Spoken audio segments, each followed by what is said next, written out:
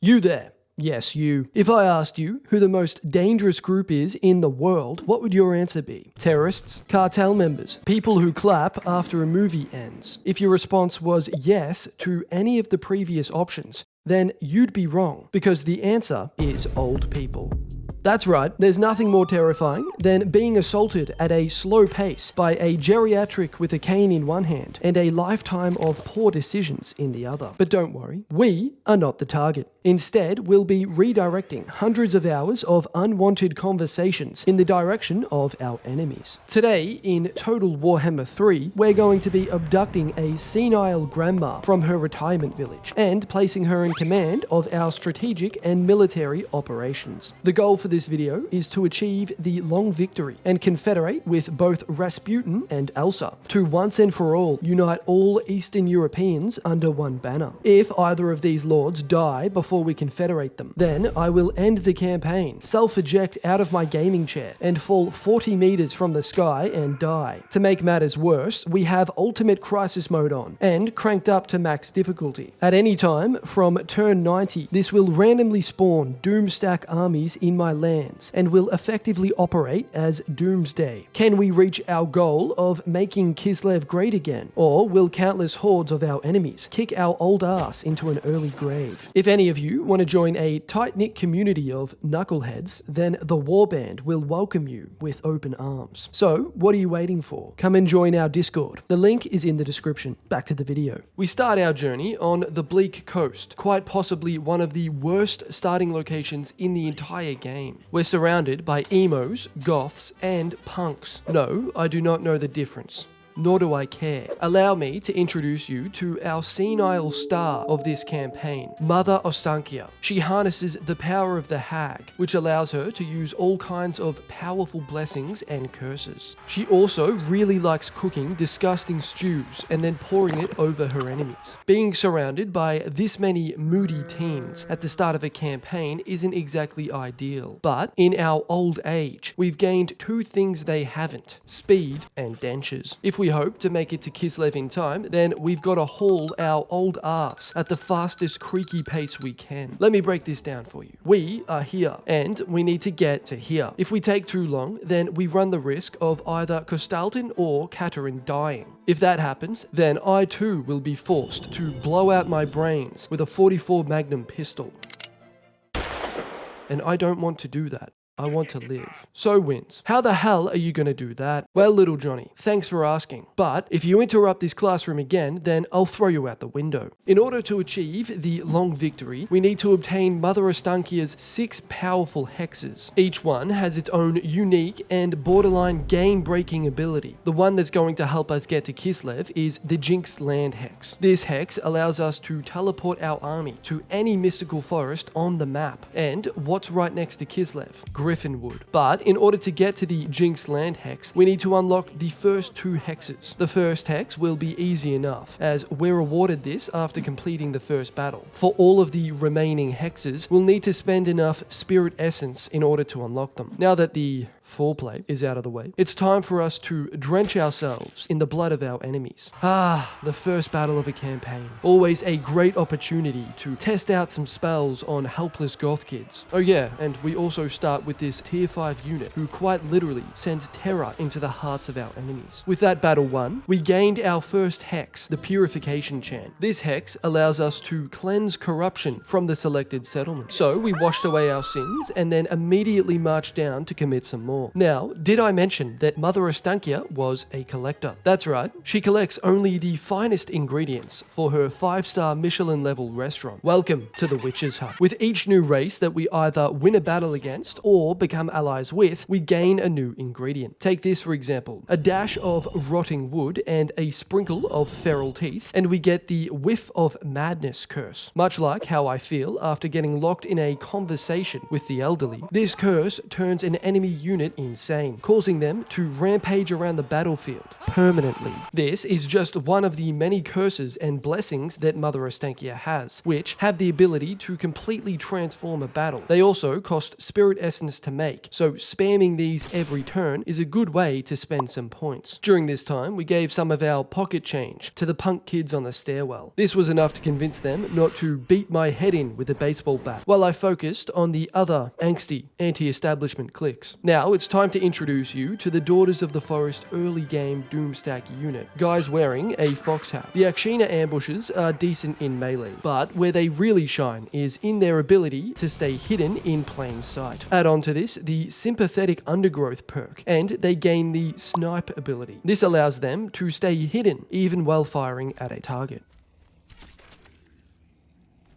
Park a shit ton of them outside your enemy's walls and sit back and watch some top tier Warhammer gameplay. Mother Ostankia has so many broken mechanics in her campaign that anything even remotely balanced feels kinda out of place. Anyway, we took their final province, and now we could finally turn our attention towards the emo queen herself, Morathi. Morathi is one of those characters where if you don't take her out as early as possible, then she can become a real 20-turn thorn in your side. After taking the previous settlement, we gained our first commandment. We used relief columns, which lowers our recruitment cost, but more importantly, gives us 2 extra recruitment slots. We were now churning out so many sneaky bearmen that our army could be mistaken for a bunch of furries. With no time to waste, we declared war on Morathi and attacked her straight away. The battle prediction was not so great, although we made 2 of their strongest units and Morathi herself fly into a blind rage. Now, I'm not gonna lie, this battle was tough, and if it wasn't for Ostankia and the old hag that she invited from her retirement home, we might have actually lost it. We used our front line as bait, so our projectile launching furries could shoot their loads into their rear ends. Ostankia then summoned giant waves to drench multiple units in her juices. Her friend also summoned some crows to peck out their eyeballs. Unfortunately for us, our front line fucking sucks and was completely wiped out. Although Mother Ostankia looks like she's already got one foot in the grave, the other one was ready to firmly plant itself up Morathi's ass in a combination of giant spiders, mutated reindeers, and genuine clusterfucks. We won. Granted, we did lose almost half our army. With Morathi out of the way, the rest of the Dark Elves didn't stand a chance against our geriatric, piss-smelling armada. We stood right in front of them and proceeded to shower them in an endless stream of arrows. As you can imagine, this was extremely effective, and after wiping out a couple of armies, they wanted peace. Unfortunately for them, Mother Ostankia is both legally blind and deaf, so the next turn, she sieged their capital. We sat outside her walls and peppered them with arrows again, only this time, we'd have to get down and dirty, because our men had run out of ammo. We didn't lose half our men, no, this time, we lost 2/3. This very hard difficulty was surprisingly very hard. With their capital gone, we took their remaining settlements, and destroyed Morathi, all by turn 16. In the meantime, we had built up a second army, and saw our chance to commit an elderly-style hit-and-run on the local crackheads. After taking their province, we gave it back to them the very next turn for peace, and we even made them pay us for it. A nifty little bit of business, if I do say so myself. By fighting the drowned drug addicts, we managed to pick up our third ingredient, a rotting clavicle. Sounds exquisite. All of these murderous,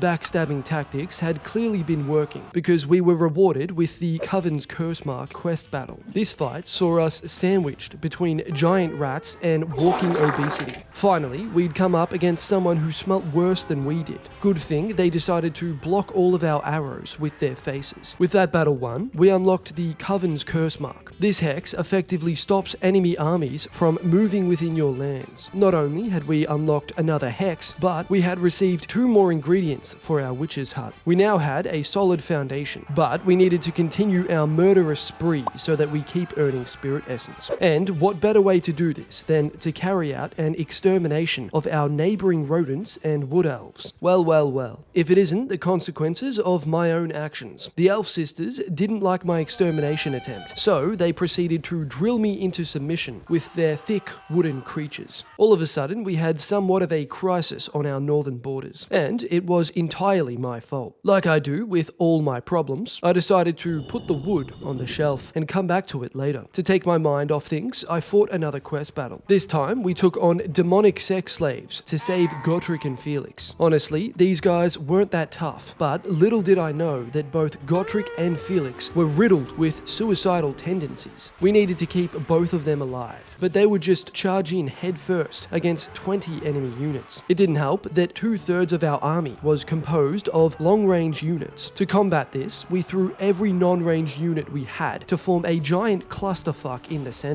Then we sprayed them from every side with arrows and spells. Of course, our infantry took heavy casualties by doing this, but I literally couldn't think of any other way to keep these annoying pricks alive with the units I had. Regardless, we had rescued Gotrek and Felix from the jaws of masochistic sex pests, and we were generously rewarded for it. We only had to spend another 55 spirit essence to get the Jinx land hex. We were close, but we needed another big push. Our mutated rat neighbors were putting up little resistance to the west, and we bulldozed over them like a tank crushing toy soldiers. We even tested out this new spell we got, Vengeance of Spirits. It summons a giant magical spirit to disintegrate your enemies. We finally wiped out the rats, then turned our attention towards an easy set of bones for new ingredients. At this stage, we had unlocked a shit ton of blessings and curses, and we were buffing and debuffing in battles as if it was Yu-Gi-Oh! The skeletons didn't put up much of a fight. It's hard to, when you don't know where you're being shot from. We were outnumbered over 2-1, and all we lost was 350 men, most of them being our giant spiders, which didn't count. After this battle, we once again bullied another faction by taking their lands and forcing them to pay us over 1,000 gold for peace. Everything was going well, almost too well, and it was like I was forgetting about something. Well, shit, the elf sisters had come back and, oh, well that solves that problem. Now I had them begging and groveling at my feet, right where they belonged. At this point, Mother Ostankia's army was looking pretty stacked, so it was time to take on the Jinxed Land quest battle. Once again, we stood back with our Akshina ambushes and peppered them like we were seasoning a fine steak. Although they had some pretty tough units, the sheer amount of projectiles that we were launching cut through their ranks like a hot knife through butter. Needless to say, our senile hero works best when her targets group up, as most of her spells are area of effect. Having all of those curses and blessings saved up made this battle a lot easier than it could have been. Half of their army was debuffed and all of our furry boys were juiced up to all hell. Even with all of this, we were still only able to manage a Pyrrhic victory, with Ostankia and her hag posse all coming within inches of death. Although none of that matters now, because we have finally got the Jinxed Land hex. Funnily enough, we've also now completed the short victory, but who gives a shit? Finally, we were going to be able to teleport Ostankia back to Kislev, and she's getting pretty old, so I think this could be her last big trip overseas. We let her recover for a couple of turns, and then we teleported her directly into Griffinwood. Immediately, we were met with some pretty scary looking Tambak. As you all know, I hate Tambak. It's coarse, and it's rough, and it gets everywhere. But if we were going to make Kislev great again, then we needed to build a solid foothold in the region. So we rolled our massive excavator right up to Drika's doorstep and told her it was time for some redecoration. Although Mother Ostankia is not long for this world, she finally met someone who had a shorter life expectancy than herself. They say age is just a number. Do you know what else is just a number? Grandpa's confirmed kill count back in Vietnam. What the fuck?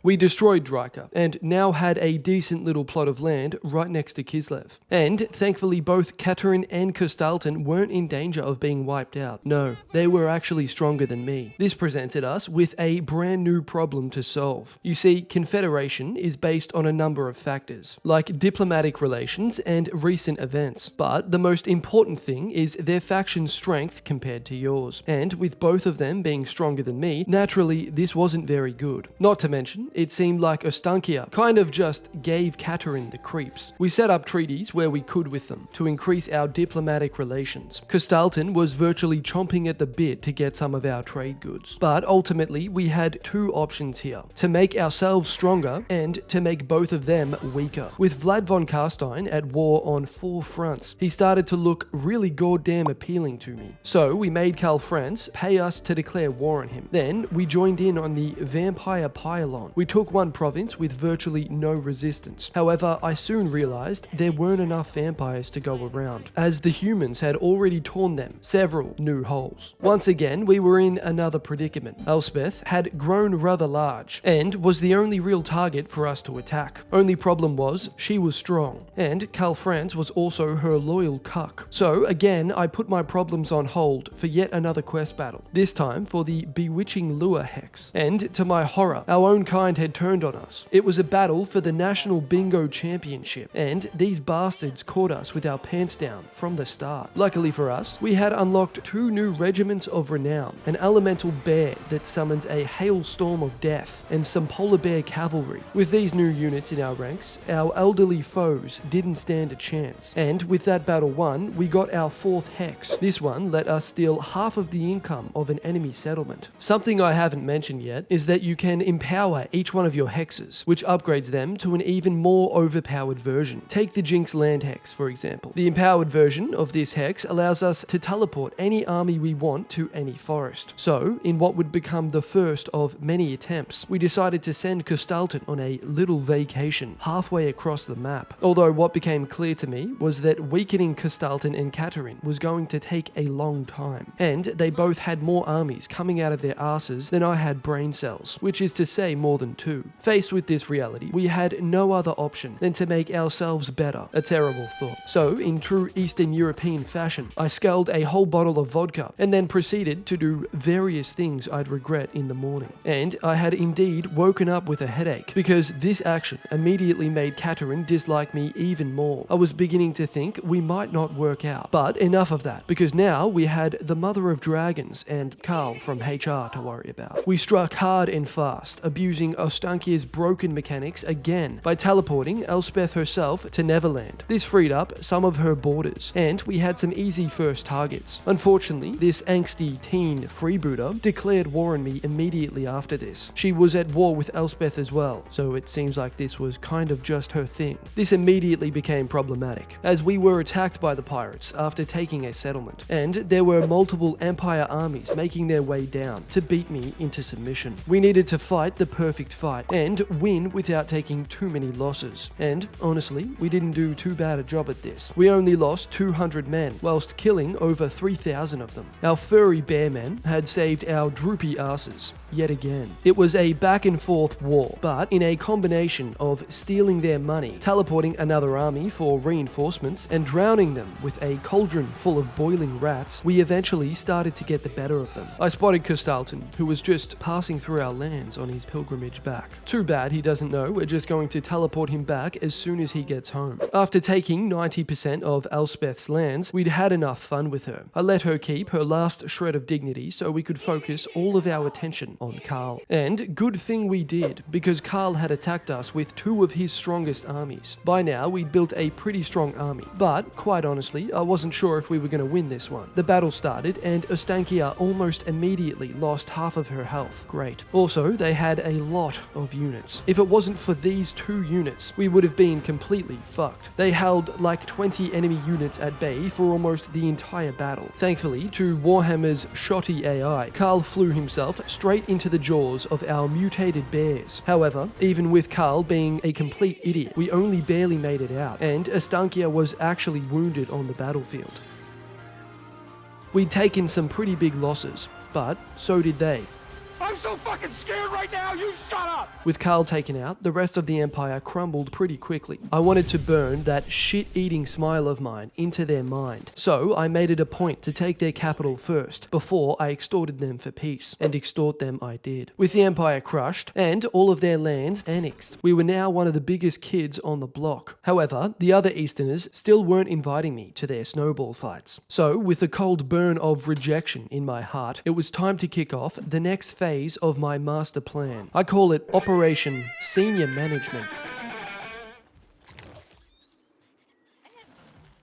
Both of these young whippersnappers needed to be taught a lesson, and I was just the person to do it. We'd been focusing mainly on Castalton because we had some treaties with him. Katerin was stronger, so I thought we'd have an easier time getting Castalton first. However, if we could somehow confederate with Katerin first, then odds are we'd become so big and powerful that Castalton would also join us. Not to mention, our relations would just be improving with him in the background anyway. So, with that decided, our total focus could now shift towards rizzing up that hot girl next door. It's safe to say we had some ground to cover, because she already hated me. We were also closing in on turn 70, and still had 2 hexes to unlock and 2 lords to confederate with. There were 20 turns left for us before the endgame crises would happen all at once and make this challenge borderline impossible. So, in an effort to speed things along with our new crush, we decided to give her a gift. Oh, you know, it's nothing really, just an entire magical forest.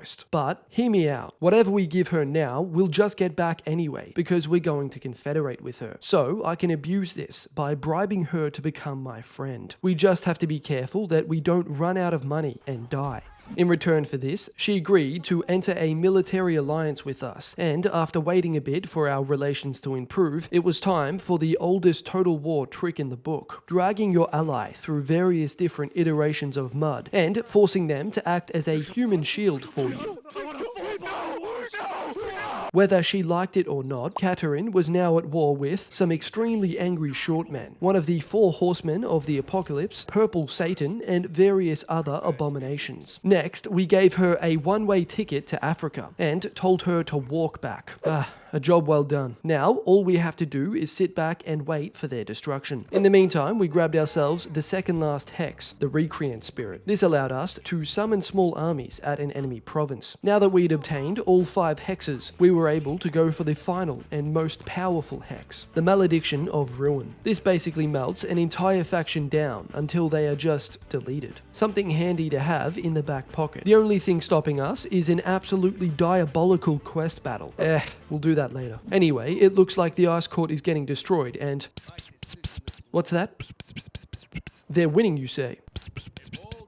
And they're actually getting stronger. Well, that's not good. They had virtually beaten Ostrogoth to death, and with the help of Castalton, had won several big battles against the invading Hellspawn. Looks like I'm going to have to take a much more active role in these wars. So, every 5 turns, like clockwork, I teleported another army to go and visit their queen in Orion's camp. And, thankfully enough, Archaon just arrived on the scene. In total, we sent 4 20-stack armies halfway across the map, and only then were the ice courts starting to crack. But, finally, after 2 full stacks of the apocalypse were at Kislev's doorstep. We confederated with Katerin. Yes. This instantly plunged us into an economic crisis, but after decommissioning every army that suspiciously went on unauthorized leave, we were back in the green. And just like I thought, Castalton got a heavy case of FOMO, and he agreed to confederate with us as well. We had successfully united Kislev under one banner. All that was left was to survive long enough to achieve the long victory. However, that was easier said than done, because remember all of those wars we declared to get us here? Well, let's just say there was no longer a human shield between us and the gangbang of destruction waiting for us outside. Lucky for us, I have 500 IQ and had been preparing for this very moment. I had built up as many strong armies as we could manage and started to march them down to Kislev even before we confederated. The only thing left for us to do was to use the Malediction of Ruin. However, we didn't have enough spirit essence, and the very next turn, 2 of Archaon's armies marched on Kislev. This was it, the last stand. If we survived this, we'd be able to use the final hex the next turn. It quickly became a battle between disgusting slimy fat people and old senile women who couldn't even remember why they were there. Our Akshina ambushes stood back and shot as many of them as they could, but they too got dragged into melee. Ostankia held up her own against Archaon, but eventually she was forced to retreat and we had to take him out like an absolute bitch with arrows. from afar. With our strongest units gone and half of our army close to routing, I thought we were going to lose. That's when my furries slapped me out of it, stood back and did what they were born to do, be conniving little cunt. After one of the hardest fought battles yet, we had won. However, Mother Ostankia's army was in no shape to fight another battle anytime soon. We used the Malediction of Ruin on Archaon, but in order for it to work, we need to fight what was bound to be another hard quest battle. If we won, we'd have both his scalp on our wall and the long victory. We rebuilt Mother Ostankia's army, and now that we were as rich as Elon Musk, we stacked it with the best units we could. We were ready. This battle was honestly one of the hardest I've had in Total War, and the reason was because we had to keep the 2 old hags alive, whilst taking out this Jade Wizard, otherwise a continuous stream of enemies would devour us. My unit selection for this fight wasn't the best either. If I could choose again, I'd probably take in less of these guys. Although they're tier 5 units, these gigantic idiots were easy targets for their ranged units. This honestly took me a couple of goes, but after successfully rushing all of their backline ranger units with my polar bear cav, we gained the upper hand, and with no ranged units to focus my gigantic bears and whatever the fuck these guys are, we mopped up the rest of them. With that battle won, we had achieved the long victory, which means we had successfully completed the campaign. But of course I wanted to stroke my ego some more, so I waited some turns to see how Archaon's armies were going, and they were literally consuming themselves. Lucky we got through all of this now, because the endgame doom stacks just appeared on my doorstep. That was some bullshit I didn't have to deal with. With all of that said, thanks for watching. This one took a fucking long time to make, so if you liked it, consider subscribing. And if you really liked it, then come and tell me about it in the Discord. The link is in the description. That's all for this one, guys. I'll see you in the next one.